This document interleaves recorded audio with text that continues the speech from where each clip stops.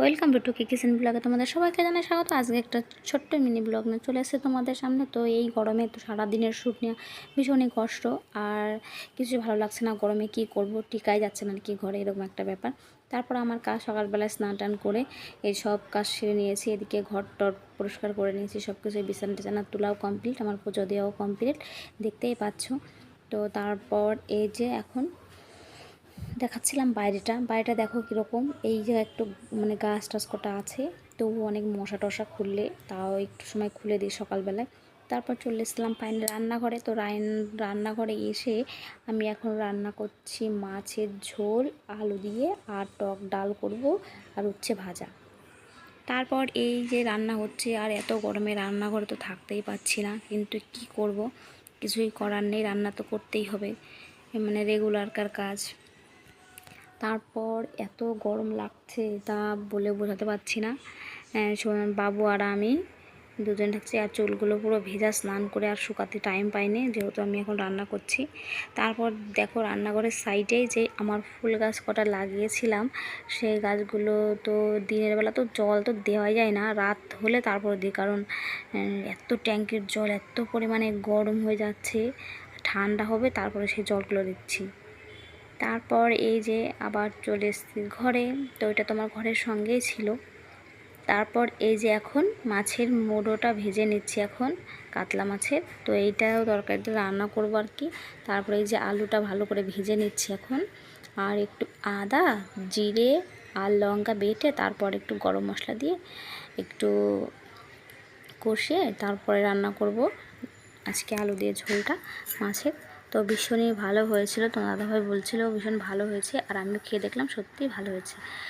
তারপর এই দেখতেই পাচ্ছ এখানে আমি জল দিয়ে দিলাম, কষানোটা হয়ে গেছে মশলাটা। তারপর এখন জল দিয়ে ঢেকে দেব। আর এত গরমে তো থাকতেই পারছি না, ভাবছিলাম যত তাড়াতাড়ি রান্না করতে পারি তো এই ঘর থেকে পালাবো আর কি, সেরকম ব্যাপার। তারপর এদিকে টক ডালটা হচ্ছিল, দুটো একসঙ্গেই বসিয়ে দিয়েছিলাম দু সাইডে ওভেনে। তারপর ওখানেও ঢেকে দিয়েছি। হ্যালো বন্ধুরা, তো দেখতেই পেলে যে এতক্ষণ রান্না করছিলাম। তো রান্না বাড়া করে এখন দেবো খেতে, আর খেয়ে নেব। ভীষণ গরমে রান্না করতে মানে এত খারাপ লাগছিল, রান্না করতে বলার মতন নয়। তো ফাইনালি আমার রান্না হয়ে গেছে, আর দেখতে পাচ্ছ, দেখাচ্ছি দাঁড়াও কী কী রান্না।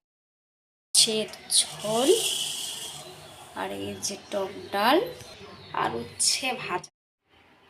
তারপর দেখতে পাচ্ছ খাওয়া দাওয়া করে একটু রেস্ট নিয়েছিলাম, মানে শুয়েছিলাম আর কি, বাবু আর আমি। তো বাবু উঠে ওই ঘরে গেল টিভির ঘরে, আর আমি শুয়ে আছি। তো চুলগুলো শুকায়নি, কারণ সেইভাবে ছেড়ে দিইনি, বাঁধাই ছিল, আর আমি ঘুমিয়ে পড়েছিলাম।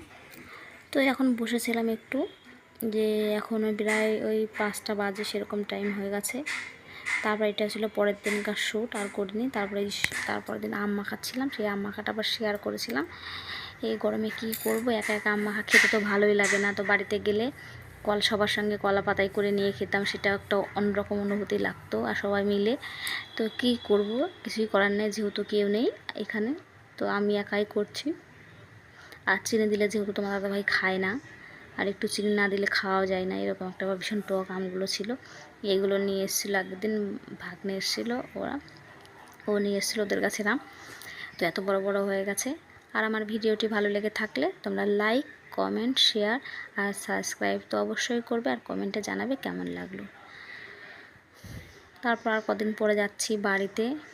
তো এখন শুধু ভাবছি অনেক দিন বাড়ি যাই না, কবে বাড়ি যাবো এরকম একটা। তারপরে এই যে আমটা আমি ঘষে নিলাম, আমটা ঘষা হয়ে গেছে, এখন মাখিয়ে নেব।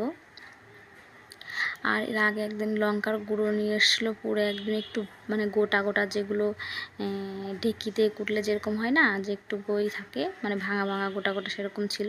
তো সেটা দিয়ে আমি মাখিয়েছিলাম, একদম মিহি না, লঙ্কা মানে গুঁড়ো করলে যেরকম হয় সেরকম আর কি, মিহি না। তো সেইটা দিয়ে আমি এখন মাখবো। আর একটু চিনি দিলাম আর লবণ দিয়ে দিলাম, তারপর একটু মেখে নিচ্ছি। আর একটু লঙ্কা পুড়িয়ে দিলেও ভীষণ ভালো লাগে, আলাদা একটা সেন্ট বের হয়। তবে একা একা কী করবো, ভালো লাগছে না, তো এরকমভাবেই করে নিলাম। তো একটু ভাবলাম খাই গরমে ভালোই লাগবে, তো আর লঙ্কা ছিল, কাঁচা লঙ্কা একদমই ঝাল না, ওর জন্য দিইনি, যে কাঁচা লঙ্কা দিলেটাই বেশি ভালো হতো, একটু লেবু পাতা, কিন্তু কোথায় পাবো এখানে। তো তারপর এইটা দিয়েই করলাম আর কি, যে ওইটা একদমই ঝাল নেই লঙ্কা, কাঁচা লঙ্কাগুলো, তো এটাই দিই। তারপর এই দেখো কত সুন্দর মাখা হয়ে গেছে। এখন আমি টেস্ট করব কীরকম হলো।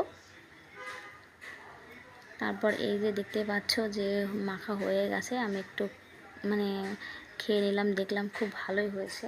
তো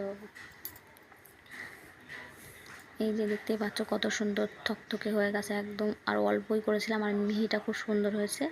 আজকের ব্লগটা এই পর্যন্তই। ভালো থেকো, সুস্থ থেকো, নেক্সট ব্লগে দেখা হচ্ছে।